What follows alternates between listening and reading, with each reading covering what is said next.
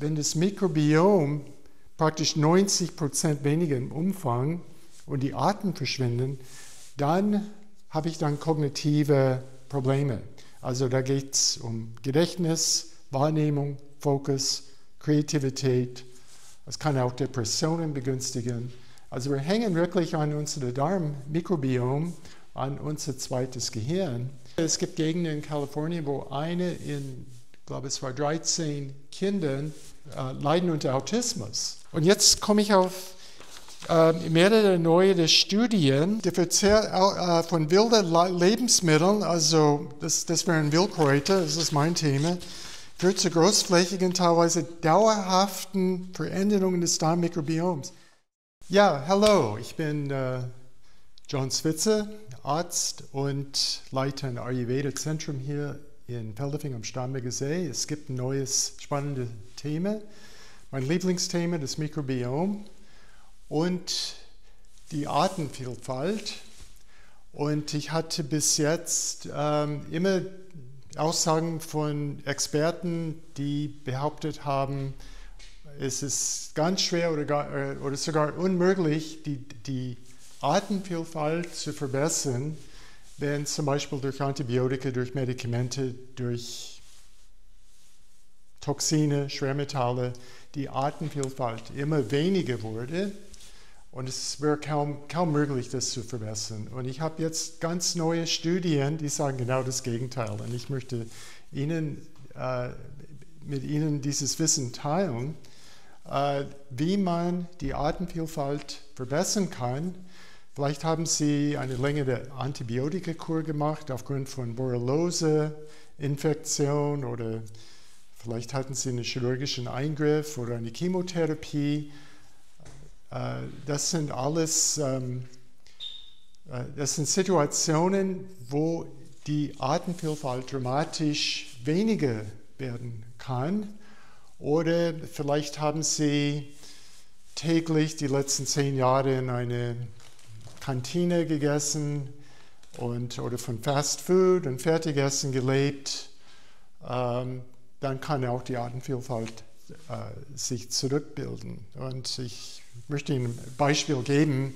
Vielleicht hat Ihre Großmutter auf dem Bauernhof gelebt, sie hat einen Garten gehabt, die hat Gemüse sauer eingelegt, die öfters Sauerkraut gegessen und war relativ robust und ist mit 98 gestorben, ein langes Leben. Und vielleicht hat sie angenommen, sie hat 1200 bis 1600 verschiedene Darmbakterien, verschiedene. Und dann die Tochter, die hat in der Stadt gelebt, kein Garten, hat im Supermarkt eingekauft, viel Fertigessen, musste schnell gehen. Sie hat einen Job gehabt und dann 2 Kinder gehabt und sie hatte dann kam sie nicht auf 1200, sondern vielleicht nur 800 verschiedene Arten von Darmbakterien.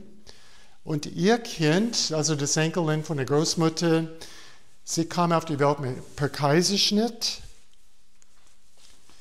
Das Kind hat viel Antibiotika bekommen aufgrund von diversen Erkrankungen, hat im Kita gegessen, viele stärkehaltige Gerichte, wenig grünes Blattgemüse, wenig Brokkoli und kam dann auf vielleicht nur 400 bis 600 verschiedene Arten. Und also dramatischer Abfall, vielleicht innerhalb von jetzt nach 2 Generationen, 3 Generationen sind wir vielleicht nur bei 400 verschiedene Darmbakterienarten. Und warum ist das ein Problem? Weil wir wissen zum Beispiel dieses Thema Neurodegeneration, Alzheimer, Parkinson, ALS, auch MS, all diese neurologischen Erkrankungen, sehr schwer zu behandeln. Da hat man gesehen, dass zum Beispiel bei Alzheimer-Patienten, die haben bereits 90% ihrer Darmbakterien, die Zahl und auch die Artenvielfalt eingeboost. Das heißt, diese Darmbakterien existieren nicht mehr. Und wenn das Mikrobiom praktisch 90% weniger im Umfang und die Arten verschwinden, dann habe ich dann kognitive Probleme. Also da geht es um Gedächtnis, Wahrnehmung, Fokus, Kreativität. Es kann auch Depressionen begünstigen. Also wir hängen wirklich an unser Darmmikrobiom, an unser zweites Gehirn. Und das kann ein großes Problem sein.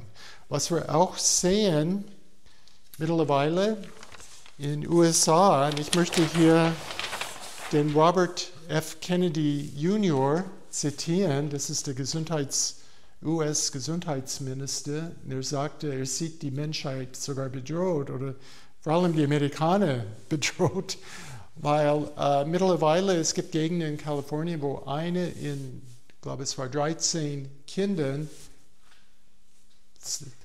leiden unter Autismus. Und das sind wirklich shocking Situationen. Und er sagte, wir müssen jetzt handeln.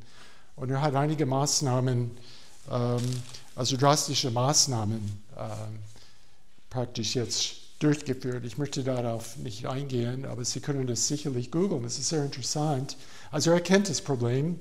Also Autismus, in Deutschland habe ich geguckt, die Zahl liegt bei 1% der Bevölkerung, also ca.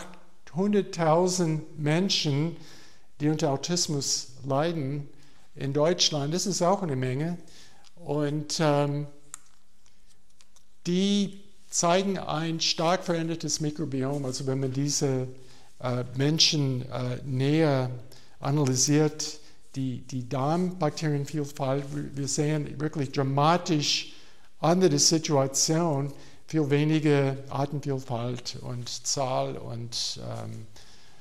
und das spiegelt dann wieder diese Situation mit Alzheimer-Patienten und Gedächtnisverlust. Und und ich hatte bis jetzt immer wieder nur Studien gelesen von sogenannten Experten, die behauptet haben, nee, also wenn die Darmbakterien verloren gehen, die sind für immer und ewig verloren, die kommen nicht mehr zurück. Ganz, ganz schwer, dass sie wieder zurückkommen. Das ist praktisch nicht möglich. Und also ich konnte mir das irgendwie nicht vorstellen, dass es so schlimm ist. Und jetzt komme ich auf mehrere neue Studien und die sagen das Gegenteil. Und zwar, und das ist spannend, die sagen eine Ernährung, die reich an Pflanzenstoffen, und hier haben sie Wildpflanzen eingesetzt bei ihren Studien, kann zu einer schnellen und großflächigen Optimierung in der Zusammensetzung des Darmmikrobioms kommen. Und zwar diese Darmbakterien, die vor allem die Ballaststoffe, vor allem die löslichen Ballaststoffe, fermentieren, um wichtige Verbindungen wie Butyrat zu bilden. Und ich komme dann später auf Butyrate an, warum das wichtig ist. Und diese eine Studie wurde in heuer 2025, eine andere Studie in 2018, 13. Mai in Scientific Reports, also im Mai 25. Und der Verzehr von wilden Lebensmitteln, also das wären Wildkräuter, das ist mein Thema, führt zu großflächigen, teilweise dauerhaften Veränderungen des Darmmikrobioms. Selbst wenn Sie nur eine Kur machen mit Wildkräutern, Sie könnten, die gehen davon aus, dass diese Optimierungen auch dauerhaft bleiben, auch wenn sollten Sie dann diese Wildkräuter nicht weiter verzehren. Also das laut dieser Autoren, und es sieht so aus, wie wenn die Autoren stammen aus Italien. Also das fand ich wirklich sehr interessant. Und eben diese neue optimierte Mikrobiom, eben dank dieser Wildkräuter, konnten viel mehr Butyrat produzieren. Und Butyrat ist eine wichtige energiespendende Verbindung, die alle Organe in ihrem Körper brauchen. Also das Gehirn ist angewiesen auf Butterrat, ihr Herz, ihr Knochen, also wenn die Knochen gut versorgt sind mit Butterrat, sie haben viel weniger Probleme mit Osteoporose und Knochenabbau und auch das Immunsystem profitiert, die Darmwände profitieren, die sind besser abgedichtet und weniger löchrig. Ja, wir werden gleich sehen, warum das ein Problem ist. Und hier sagen die Autoren, dass diese Veränderung dank Wildkräuter, ich habe hier ein paar Wildkräuter, möchte ich euch zeigen gleich anschließend, laut die Veränderungen von den Wildkräutern waren weit größer als bei anderen Ernährungsinterventionen, was auf die einzigartigen präbiotischen und modulierenden Wirkungen von diesen Wildpflanzen auf das menschliche Darmmikrobiom hindeutet. Und das ist in der Zeitschrift Nature, das ist eine renommierte Zeitschrift. Also das fand ich wirklich cool. Also eine ganz neue, also ich glaube, die Situation war die, dass diese Wissenschaftler die Wildkräuter nicht auf den Schirm hatten. Und jetzt kommt diese neue Studie. Und ja, das kann ich jetzt, das ist jetzt nicht irgendwie eine Theorie oder Hypothese von mir, sondern wir haben wirklich jetzt Studien. Und die zitieren hier auch eine zentralafrikanische Menschen, die diese Wildpflanzen sammeln und wirklich sehr, sehr gute Gesundheit, sehr robuste Menschen. Und ja, also auf jeden Fall sehr spannende Geschichten, neue Hinweise. Andere wichtige Hinweis ist da habe ich auch Studien gefunden, wie wichtig diese Spurenelemente sind, also organischen Spurenelemente. Es gibt ungefähr 70 und viele reden heute von Bedeutung, wie wichtig Lithium ist für die Gehirngesundheit. Aber es ist nicht nur Lithium. Wir brauchen wirklich Dutzende von Spurenelementen, die sind relativ wenig erforscht. Aber ich habe einen amerikanischen Tierarzt kennengelernt und er hat mich schon aufgeklärt das war vor über 25 Jahren. Er hat mir erzählt, dass die Veterinären in den USA, die wissen schon lange, wie wichtig Spurenelemente sind. Er hat mir erzählt, dass zum Beispiel Hühner oder auch Puten, oder Enten, die bekommen wirklich Aneurysmen, also das heißt, die Gefäße werden also ballonartig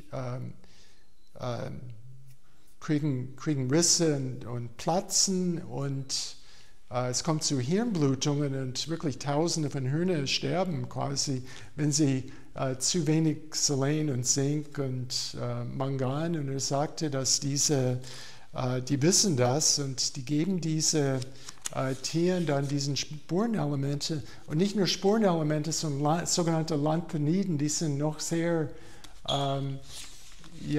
das sind eine Reihe von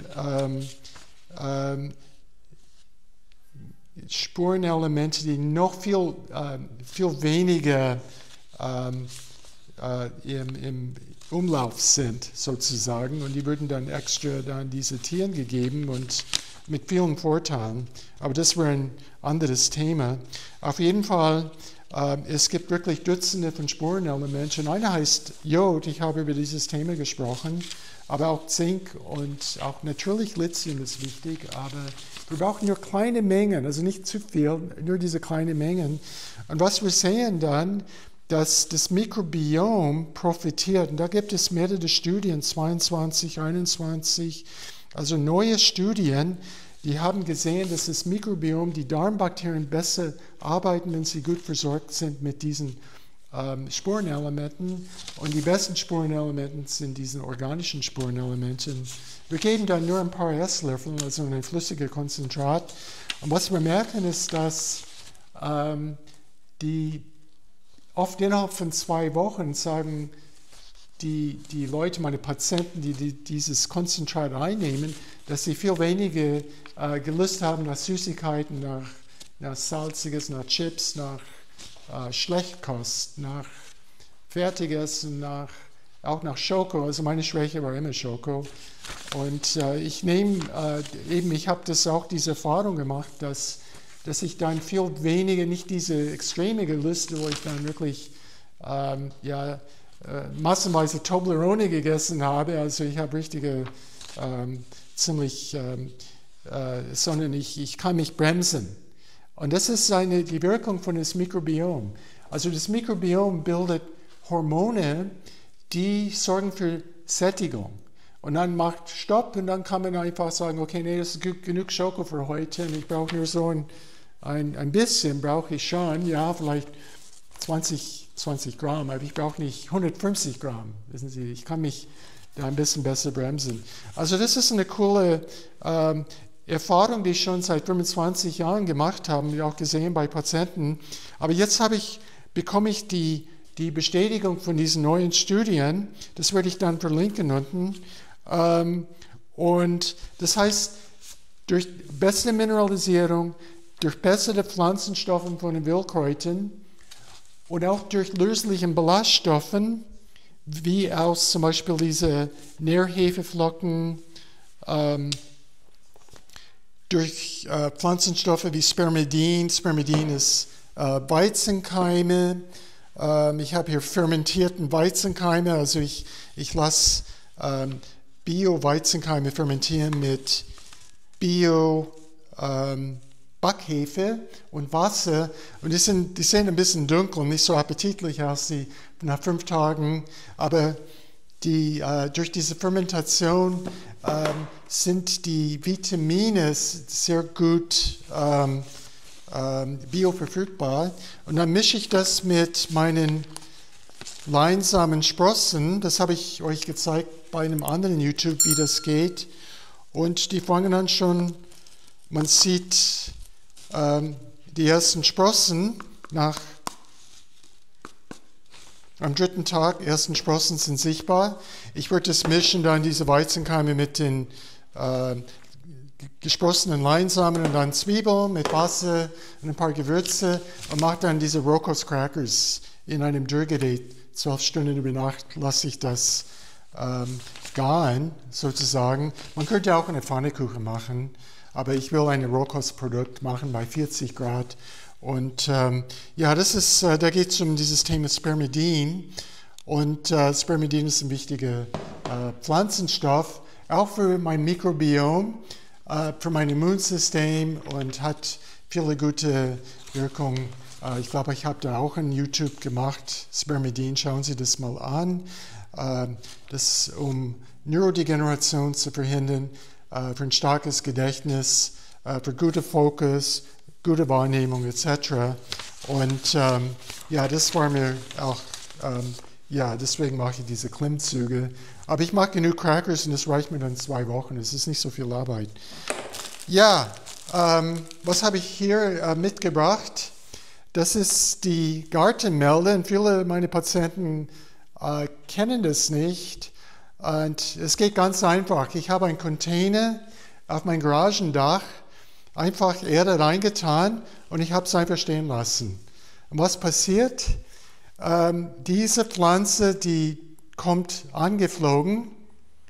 Das sind wirklich Tausende von kleinen Mini-Samen, der Wind weht sie quasi in den Container und ich habe dann im Sommer einen ganzen Container voll diese Gartenmelde und die kann ich dann nehmen für meine Salate.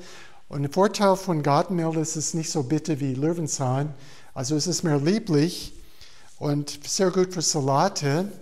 Und, aber die wächst nicht in der Wildnis, am besten, wie gesagt, nackte Erde in einem Container, dann kommt sie. Und was ich auch hier habe, ist eine meiner Lieblingskräuter auch für Salate. Die schmeckt nämlich wie Frühlingserbsen, sehr lieb, sehr mild. Und das ist Vogelmiere. Und die hat so ganz kleine Blüten. Hier habe ich natürlich meine Lieblingswildpflanze Brennnesseln. Und dann, das wächst auch in einem Container auf meinem Garagendach. Das ist jetzt Gänsedistel, die wenig stachelig sind. Es sind ein paar Mini-Stacheln, aber das kann man gut kleinschneiden für einen Salat. Also ich habe quasi 3 Kräuter für einen Salat. Aber was mich wirklich überrascht hat, ich gehe einkaufen bei Rewe und ich sehe, die haben einen Wildkräutersalat mit 9 ausgewählten Sorten. Das kommt aus Italien und das hat mich überrascht, war gar nicht so teuer. Ich glaube, es war 1,60 € für 125 Gramm. Ich arbeite nicht für Rewe, aber ich war wirklich, ich muss wirklich sagen, also ich finde das cool. Also das heißt offensichtlich, wir haben mal schon vor 25 Jahren begonnen, eine Wildkräuterwelle hier auszulösen in Deutschland und der Markt reagiert und ich finde das wirklich cool und deswegen wollte ich Rewe ein bisschen loben und weil ich finde das eine tolle Geschichte. Ja, was ich auch erwähnen möchte, ich habe auch in einem Supermarkt, ich glaube es war Edeka oder das sind Außenpilze in Bioqualität und die sind nicht so teuer. Und eine Studie, die ich lese diese ganzen Studien, das war spannend, eine Studie, laut einer Studie hätten Frauen, wenn sie täglich eine Champignon am Tag essen würden, ungefähr 60% weniger Brustkrebsrisiko. Also die Pilze darf man nicht unterschätzen. Und man muss nicht Berge von Pilzen, nicht jeder mag Pilzen, ja. Aber man kann sie lecker zubereiten, also mit ein bisschen andünsten, ein cooles Pilzsoße dazu und ja, so eine kleine Pilz und so eine Wirkung. Weil die Pilze liefern nämlich Polyglycane. Glykane sind langkettige Zuckermoleküle, die befinden sich in Nährhefeflocken, aber auch in Pilzen. Und das sind wichtige lösliche Ballaststoffe und für das Mikrobiom. Also diese ganzen Klimmzüge, alles was wir machen, tun wir für das Mikrobiom. Wenn unsere Darmbakterien glücklich sind, geht es uns gut. Wir sind glücklich, wir sind gelassen, wir sind nicht gestresst, wir schlafen besser, wir haben ein besseres Immunsystem. Und damit möchte ich mich verabschieden. Und mit dem Hinweis, in Zürich gibt es ein Wildkräuter-Seminar in der Schweiz am 12. Oktober. Das ist, glaube ich, ein Samstag. Und wir werden da einen Wildkräuter-Spaziergang machen am Fuß des Hausberges von Zürich. Also wunderschöne Gegend, eine schöne Wildkräuterwiese und haben viele schöne Wildkräuter da gesehen im Frühjahr. Und nicht weit weg in Konstanz am Bodensee am 15. und 16. November sein. Das ist wirklich eine sehr schöne Halle, sehr schöne Vortragsräume. Ich bin nicht die einzige Person, der Vorträge hält. Also das ist eine der besten und schönsten Vitalkost-Messen, die Revolution. Und die wird jetzt am 27. und 28. September in Speyer stattfinden. Da freue ich mich sehr. Viele meiner Freunde und alte Patienten zu sehen. Und ja, vielleicht sehe ich euch. Sie sind dabei. Und ja, nächste Woche machen wir wieder was Spannendes. Ich habe mein Thema, das Thema geht weiter. Ich konnte nicht alles jetzt